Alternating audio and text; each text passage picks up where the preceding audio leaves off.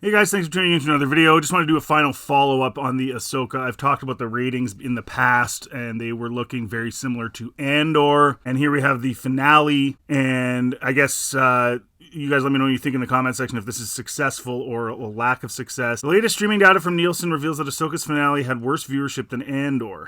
Okay. Nielsen released their streaming data for the week of October 2nd to 8th. The 8th episode of Ahsoka aired on October 3rd, and it showed that Lucasfilm's Ahsoka series only brought in 575 million minutes. As noted by X-user Mac, this is nearly 100 million minutes less than Andor's finale, which racked up 674 million minutes during its finale week between November 21st and 27th. Okay, so there you go. So there's Ahsoka. Now, people say, well, but Ahsoka was number 2. Well, what you can see pretty clearly here is that in this time frame, there were a lot more popular shows going on. When Ahsoka came out, there wasn't really a whole heck of a lot of really high-end shows that were getting a lot of minutes viewed. There you have it. I mean, look at Wednesday. Holy crap. That's 5 billion minutes compared to Ahsoka, 575 million minutes. Like, that's crazy. That's 10 times the viewership for an Addams Family character. This is a Star Wars show. And I'm not knocking Wednesday. I'm not knocking the Addams Family. They're a very popular intellectual property themselves, but we're talking about Star Wars here.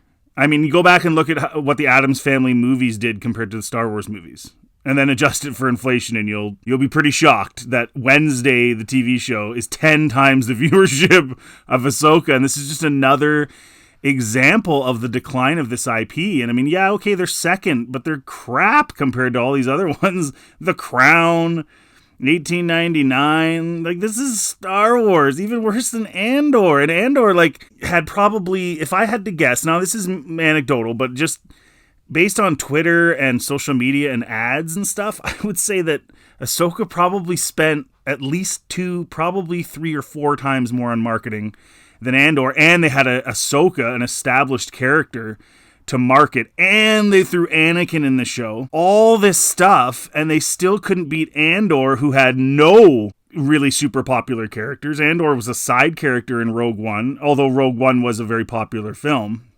Probably considered the best Disney output to the theaters since they purchased the IP for Star Wars. But Andor didn't have very much marketing. Andor was, I would call it a fairly generic sci-fi show with a Star Wars skin. There were certain things I really liked about it, but overall, it really wasn't very Star Wars-y, like the feel of it, you know what I mean? It wasn't a terrible show or anything, but it wasn't really Star Wars to me. And I reviewed every episode. There are a lot of problems with Andor that most people sort of overlook, but Ahsoka had the drawing power. All those kids that watched Clone Wars and Rebels, and they're all adults now, and they just love Ahsoka. Like, there's people on Twitter, Ahsoka's their favorite character, so many people. And again, you had Anakin and everything in there, and still didn't do it. So that tells you the decline is very real.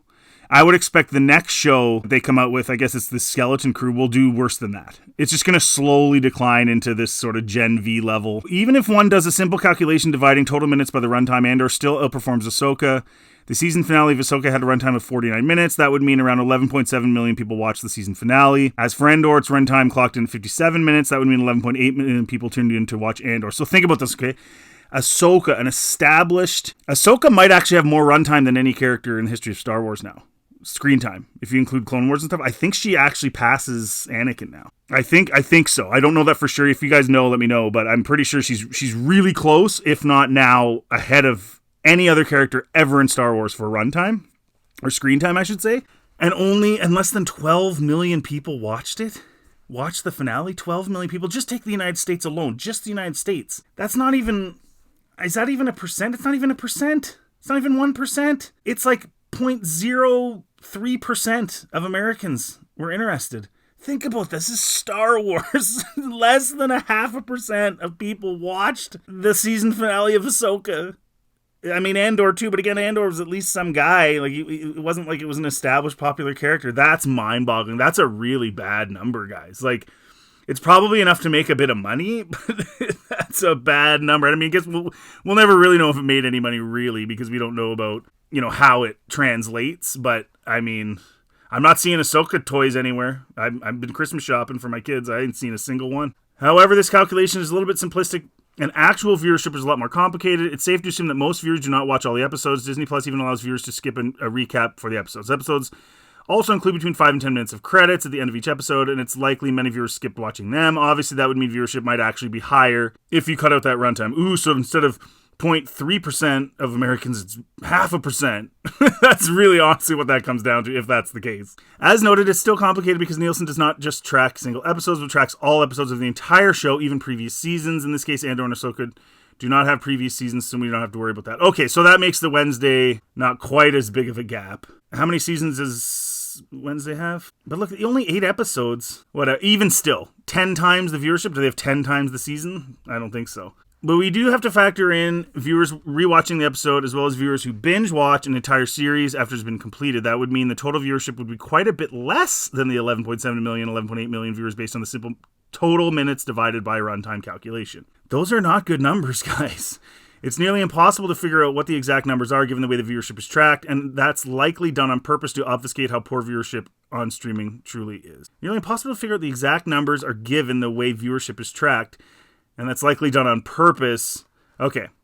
Yeah. What we do have are comments from Andor creator Tony Gilroy, who admitted that the show's audience was not very robust. Yes, we already know that. Gilroy told Variety, I think I was surprised. I thought the show would go the other way. What we would have this gigantic instantaneous audience and would just be everywhere, but that it would take forever for non-Star Wars people or critics or my cohort of friends to get involved in the show. The opposite happened. We ended up with all this critical praise, all this deep appreciation and understanding from really surprising number of sources, and we're chasing the audience. Yeah, so like the critics were all into it, but it didn't do well. And a lot of people, again, this is anecdotal, but a lot of people I talked to, they'd watched the first couple episodes, they said it was boring, and it didn't feel like Star Wars, and they didn't watch it. Simple as that. They did drag it on, guys. They did. It's classic Disney. They do that. They did it with Clone Wars. They always do that.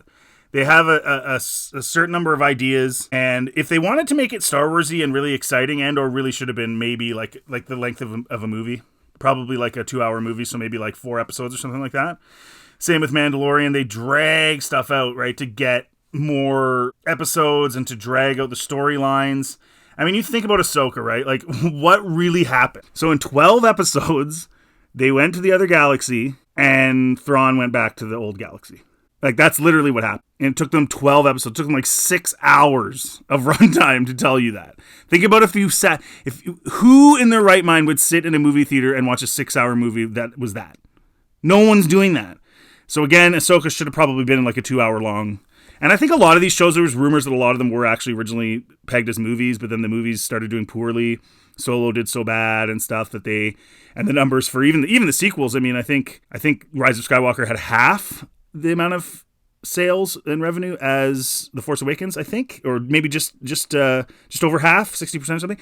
That's a pretty big drop. I mean, you do see that in sequels. They do tend to drop, but that's a pretty significant drop. And I think so there's rumors that a lot of these were supposed to be movies, but they just said, forget it. Like definitely Obi-Wan, right, was supposed to be a movie. Boba Fett was supposed to be a movie. In fact, it was one of the first movies talked about and rumored about was the Boba Fett movie, and then they turned that into a TV show as well. So that's it, folks. So you guys tell me, what the heck is that? Whoa. So you guys tell me what you think. Did you like Ahsoka? Did you think it dragged on? Do you think that it should have been more popular based on your feelings that it's a good movie? Or do you think that this is exactly or is this exactly what you expected? It's not a very highly touted show. So thanks for listening, guys. If you like this content, please like and subscribe. If you like any of this content, please check out my other videos. I have stuff all about Star Wars, and I have reviews of all the shows, all that stuff. And I also have my sequels reimagined. So thanks for listening, watching, and have yourself a great day.